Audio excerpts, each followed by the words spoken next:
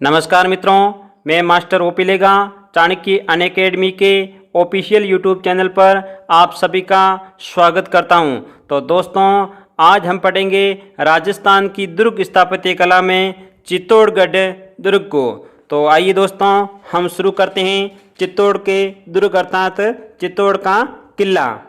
तो ध्यान दीजिए दोस्तों, चित्तौड़ का किला जो कि गिरि दुर्ग कहलाता है। गिरि दुर्ग अर्थात पर्वत दुर्ग भी कहा जाता है, जो कि पर्वत पर स्थित होता है उसे क्या कहा जाता है? गिरि दुर्ग कहा जाता है। तो देखिए दोस्तों, चित्तौड़गढ़ किले के बारे में एक कहावत भी प्रचलित है, जैसे गढ़ तो चित्तौड़गढ़ बाकी सब गढ़ैया, गढ़ तो चित्तौड़गढ़ बाकी सब गढ़ैया। तो ये दोस्तों ध्यान देना, ये चित्तौड़गढ़ किले की पंक्ति जो कि चित्तौड़ के किले की महानता को दर्शाती हैं। ध्यान दीजिए दोस्तों, निर्माता यानी चित्तौड़गढ़ के किले का निर्माता कौन था? चित्रांगन मौर्य। क्या नाम है? चित्रांगन मौर्य, जिसको चित्रांगद मौर्य भी कहा जाता है। तो चित्रांगन मौर्य, ये थोड़ा विशेष रूप से नाम याद रखना है। एक बार ये परीक्षा के अंदर प्रश्न पूछा भी गया है और आगे भी ध्यान देना।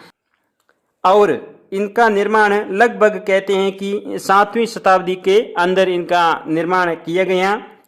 आगे दोस्तों ध्यान दीजिए, चित्तौड़ के किले का अन्य नाम, यानी चित्तौड़गढ़ के किले के अन्य क्या क्या नाम मिलते हैं? राजस्थान का गौरव, पहला ध्यान दीजिए, राजस्थान का गौरव, ये नाम इंपॉर्टेंट है, ध्यान रखना। राजस्थान का गौरव कौन सा किला कहलाता है? चित्तौड़ का किला।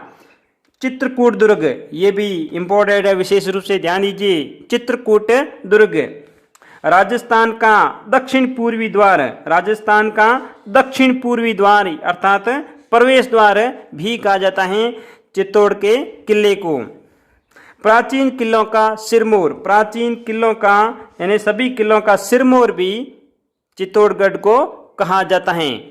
तो दोस्तों आगे और आप ध्यान दीजिए कि चित्तौड़गढ़ किला कहाँ अवस्थित है, यानी चित्तौड़ का किला कहाँ पर स्थित है। देखिए, गंभीरी, ये दो नदियों के नाम विशेष रूप से याद रखना, गंभीरी व बेड़च नदियों के संगम पर, संगम यानी जहाँ दोनों नदियाँ मिलती हैं, तो उस संगम पर क्या बना हुआ है? चित्तौड़ का किला बना हुआ है। इसका नाम विशेष रूप से आप ध्यान रखना, गंभीरी और बेड़च नदियां, इनके संगम पर चित्तौड़ का किला स्थित है। और यहाँ पर एक पठार है जिसका नाम है मेसा पठार, ये भी आप विशेष रूप से ध्यान देना, मेसा पठार पर चित्तौड़ का किला स्थित है। तो आगे दोस्तों आप ध्यान दीजिए, राजस्थान का प्रथम लिविंग फोर्ट भी कहा जाता है। राजस्थान का प्रथम लिविंग फोर्ट यानी आवासीय किला अर्थात आवासीय दुर्ग भी कहा जाता है, अर्थात इस दुर्ग के अंदर लोग रहते हैं। तो ये भी आप विशेष रूप से याद रखना, राजस्थान का प्रथम लिविंग फोर्ट, और ये बड़ा भी है, प्रथम भी है और बड़ा भी है, इसका भी विशेष ध्यान देना। क्षेत्रफल यानी चित्तौड़ के किले का क्षेत्रफल कितना है? 28 वर्ग किलोमीटर, 28 वर्ग किलोमीटर चित्तौड़ के किले का क्षेत्रफल है। ये राजस्थान के किलों में क्षेत्रफल की दृष्टि से भी सबसे बड़ा है, इसका भी ध्यान रखना। राजस्थान के किलों में क्षेत्रफल की दृष्टि से सबसे बड़ा किला कौन सा है? चित्तौड़ का किला। तो आगे दोस्तों ध्यान दीजिए,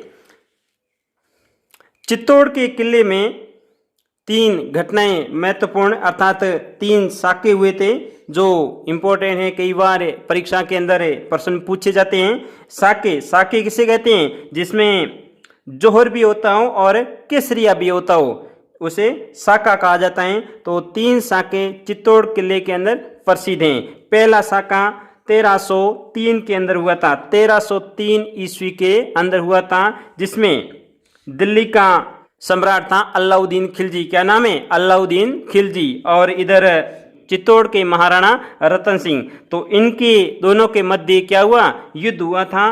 और इस युद्ध के अंदर कहते हैं कि रतन सिंह मारा गया, इसका भी आप विशेष ध्यान देना, रतन सिंह मारा गया और इनके साथ साथ बहुत सारे योद्धा मारे गए।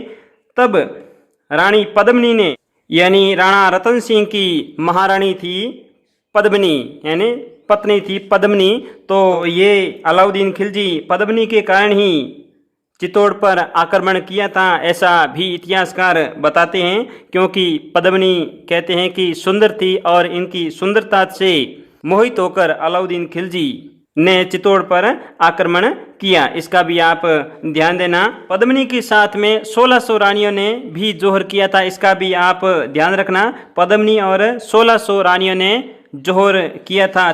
इस युद्ध में गोरा और बादल, इनके दो नाम, विशेष नाम ध्यान रखना, गोरा और बादल। ये कहते हैं कि पद्मिनी के चाचा और भतीजा थे।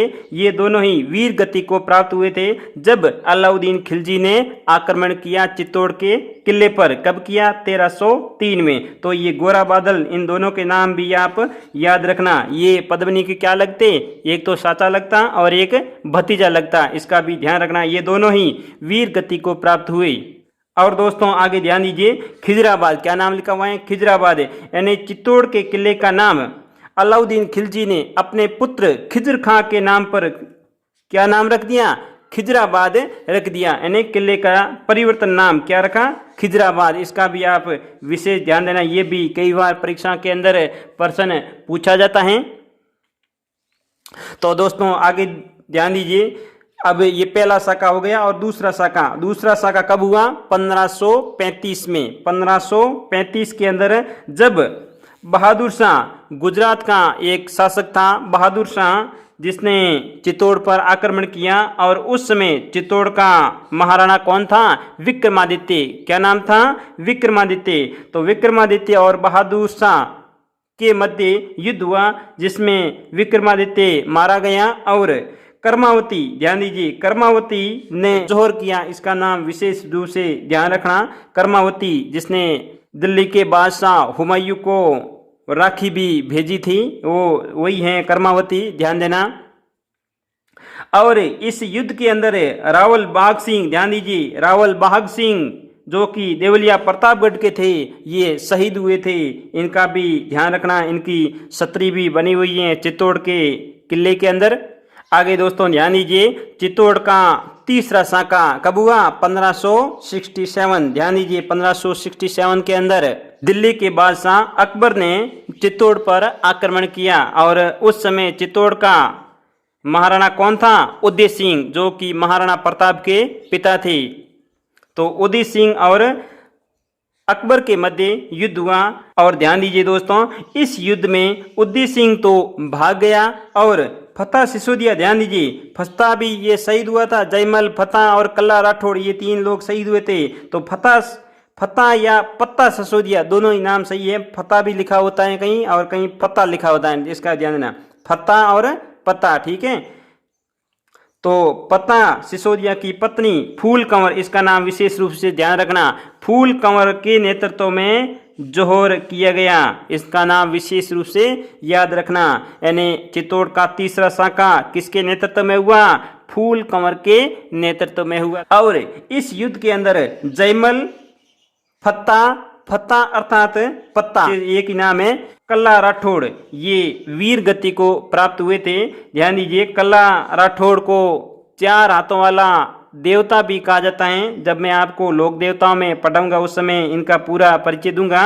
कहते हैं कि युद्ध के अंदर जयमल जी, जो कि कल्ला राठौड़ के चाचा जी थे, तो ये घायल हो गए थे। तब कल्ला राठौड़ ने अपने कंधे पर बिठा दिया था, किनको? जयमल को। और 4 हाथ कैसे? 2 हाथ तो जयमल के और 2 हाथ कल्ला के, अर्थात ये कल्ला के कंधे पर बैठे हुए थे, इसलिए कल्ला राठौड़ को 4 हाथों वाला देवता भी कहा जाता है। और ये युद्ध लड़ते हुए वीर गति को प्राप्त हुए, इसका भी आप ध्यान देना। चित्तौड़ के भीषण नरसंहार के लिए अकबर का नाम आज भी कलंकित, तो इनका आप विशेष रूप से ध्यान रखना। चित्तौड़ के भीषण नरसंहार के लिए अकबर का नाम कलंकित है, ध्यान दीजिए, कलंकित है। आप इसका विशेष ध्यान देना, क्योंकि बादशाह अकबर ने चित्तौड़ पर इतना नरसंहार कराया, अर्थात इतनी हत्याएं कराई, जिसके कारण अकबर के चरित्र पर भी कलंक लगा हुआ है चित्तौड़ के किले का। इसका भी आप विशेष रूप से ध्यान रखना दोस्तों। तो आगे बढ़िए दोस्तों। चित्तौड़गढ़ के 7 प्रवेश द्वार भी हैं। ये भी महत्वपूर्ण है, कई बार परीक्षाओं के अंदर प्रश्न पूछे भी गए हैं। 7 प्रवेश द्वार अर्थात पोले, प्रवेश द्वार को क्या कहा जाता है? पोल भी कहा जाता है। तो ये 7 पोल हैं, इनके सातों के नाम आपको विशेष रूप से याद रखने हैं। तो ध्यान दीजिए दोस्तों, पहला प्रवेश द्वार अर्थात पहला पोल कौन सी है? पांडन पोल। क्या नाम लिखा हुआ है? पांडन पोल, अर्थात इसको पाटवन पोल भी कहा जाता है। पांडन पोल अर्थात पांडवन पोल भी कहा जाता है। और ये मुख्य दरवाजा है और बड़ा दरवाजा है, इन दोनों का विशेष रूप से याद रखना। ये पांडन पोल अर्थात पाटवन पोल मुख्य दरवाजा है और बड़ा दरवाजा है। ठीक है दोस्तों। और दूसरा प्रवेश द्वार कौन सा है? भैरव पोल। क्या नाम है? भैरव पोल अर्थात भैरव पोल भी कहा जाता है। तो ये दूसरा प्रवेश द्वार है। और आगे ध्यान दीजिए दोस्तों, तीसरा है हनुमान पोल। क्या नाम है? हनुमान पोल, जो कि तीसरा प्रवेश द्वार है। तो इन तीनों का तो आप विशेष रूप से ध्यान देना, ये महत्वपूर्ण है। पांडन पोल, भैरव पोल, हनुमान पोल। ठीक है दोस्तों। और चौथा प्रवेश द्वार जिसको क्या कहा जाता है? गणेश पोल। ठीक है दोस्तों, गणेश पोल। और पांचवा प्रवेश द्वार जिसको क्या कहा जाता है? जोड़ला पोल।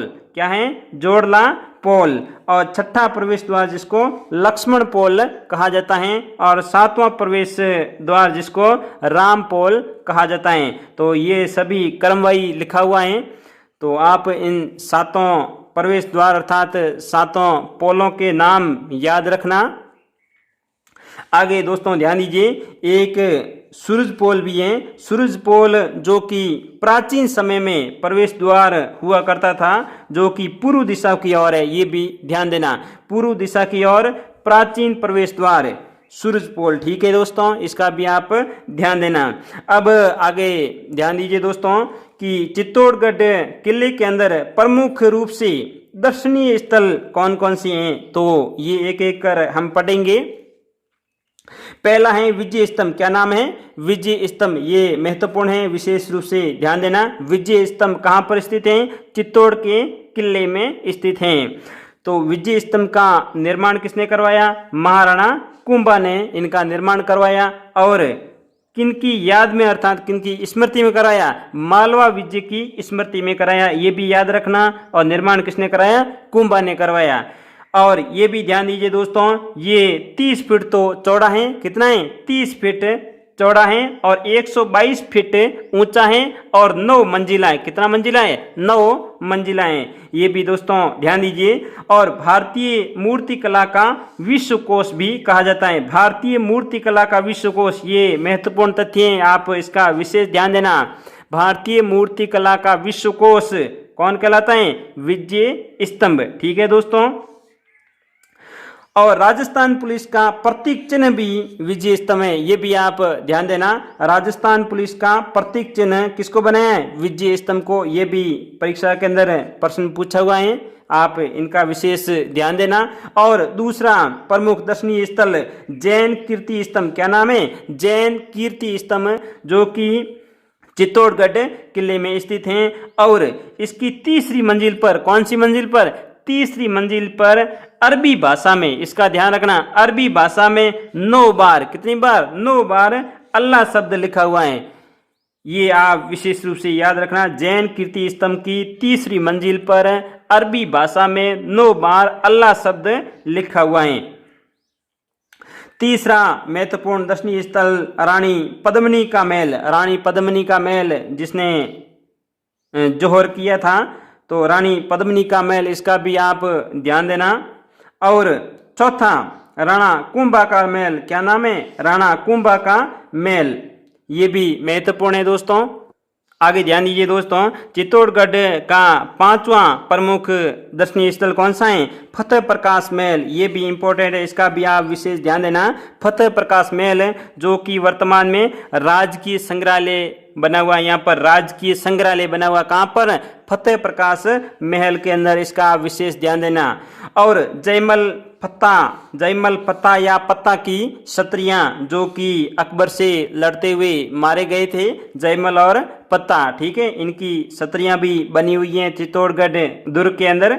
और आगे ध्यान दीजिए रावत बाघ सिंह जो कि 1535 में गुजरात के शासक बहादुर शाह से लड़ता हुआ वीर गति को प्राप्त हुआ था।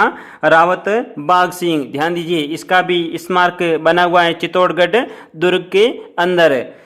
और आगे ध्यान दीजिए रतन सिंह का महल जो कि पद्मिनी का पति था रतन सिंह, रावल रतन सिंह का महल, इसका भी ध्यान दीजिए। और नवा विशेष रूप से ध्यान दीजिए कालिका माता का मंदिर भी चित्तौड़गढ़ के दुर्ग के अंदर है, ये थोड़ा महत्वपूर्ण है, इसका भी आप ध्यान देना।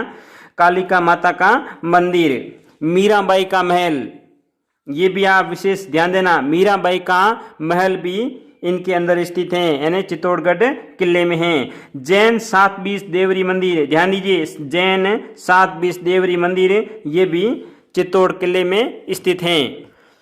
और आगे ध्यान दीजिए दोस्तों लाखोटा की बारी, क्या नाम लिखा हुआ है लाखोटा की बारी। बारी का अर्थ होता है छोटा दरवाजा, ध्यान दीजिए बारी यानी छोटे दरवाजे को बारी कहा जाता है, जो कि आने जाने का रास्ता था, गुप्त रास्ते थे, उसको क्या कहा जाता है लाखोटा की बारी, ठीक है। और आगे ध्यान दीजिए दोस्तों भगवान रत्नेश्वर का मंदिर, भगवान रत्नेश्वर का मंदिर अर्थात ये कुंड भी बना हुआ है इनके नाम से, भगवान रत्नेश्वर कुंड और भगवान रत्नेश्वर मंदिर, ये दोनों ही चित्तौड़गढ़ दुर्ग के अंदर बने हुए हैं। और आगे ध्यान दीजिए दोस्तों श्रृंगार चंवरी का मंदिर, ये भी आप विशेष ध्यान देना, ये एक जैन मंदिर है, कैसा है जैन मंदिर है। और एक है कुंभ श्याम का मंदिर, तो ये आप विशेष कौन कौन से महत्वपूर्ण मैं आपको बता देता हूँ विशेष रूप से जो याद करने लायक हैं। एक तो ये श्रृंगार चंवरी का मंदिर, ये मीराबाई का महल और कालिका माता का मंदिर। और ध्यान दीजिए दोस्तों जयमल फतेह की छतरियाँ ये भी महत्वपूर्ण हैं, और फतेह प्रकाश महल ये वेरी इंपॉर्टेंट है। और दोस्तों ये तो चारों ही महत्वपूर्ण हैं, यानी राणा कुंभा का महल, पद्मिनी का महल और जैन कीर्ति स्तंभ, विजय स्तंभ, तो ये चारों ही महत्वपूर्ण हैं, विशेष रूप से याद रखना, इनको परीक्षा में आने लायक हैं प्रश्न।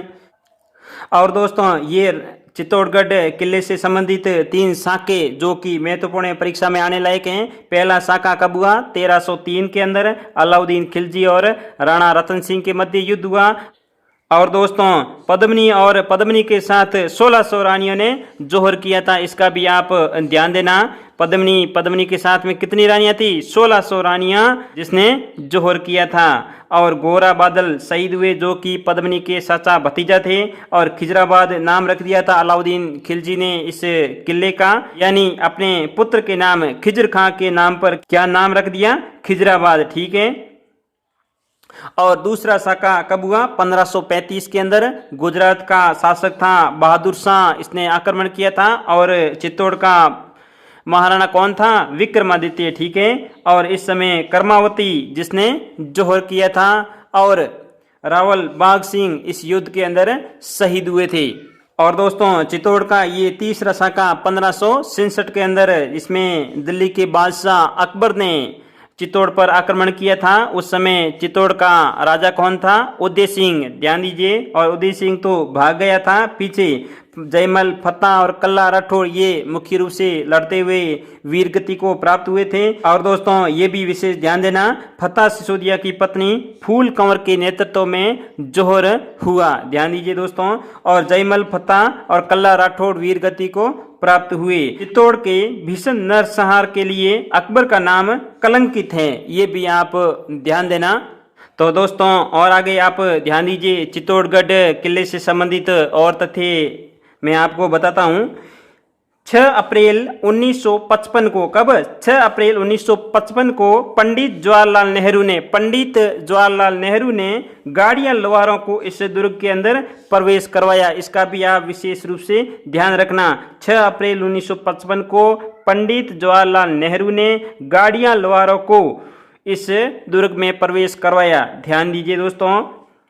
और चित्तौड़ के दुर्ग को 21 जून, ये तारीख महत्वपूर्ण है, 21 जून यूनेस्को विश्व विरासत स्थल घोषित किया। यूनेस्को विश्व विरासत स्थल घोषित कब किया चित्तौड़ किले को 21 जून 2013 को, 21 जून 2013 को यूनेस्को विश्व विरासत स्थल घोषित किया चित्तौड़ का दुर्ग। ये भी आप विशेष ध्यान देना। और चित्तौड़गढ़ के किले के बारे में एक इतिहासकार ने कथन भी कहा है, इसका भी आप ध्यान देना। यूज के सन, क्या नाम है इतिहासकार का? यूज के सन ने चित्तौड़ किले को भीमकाय जहाज की संज्ञा दी। भीमकाय जहाज की संज्ञा दी। तो दोस्तों, चित्तौड़ के किले पर मेरा वीडियो आपको कैसा लगा? अगर अच्छा लगा है तो इसको लाइक शेयर सब्सक्राइब जरूर करना और ज़रूरतमंद विद्यार्थियों के साथ अधिक से अधिक शेयर करना, और जो कि इस निःशुल्क क्लास का फ़ायदा ले सके। और दोस्तों, कोई आपको समझने में समस्या आ रही है या कोई आपका सुझाव है तो नीचे कमेंट बॉक्स में भी ज़रूर लिख दें।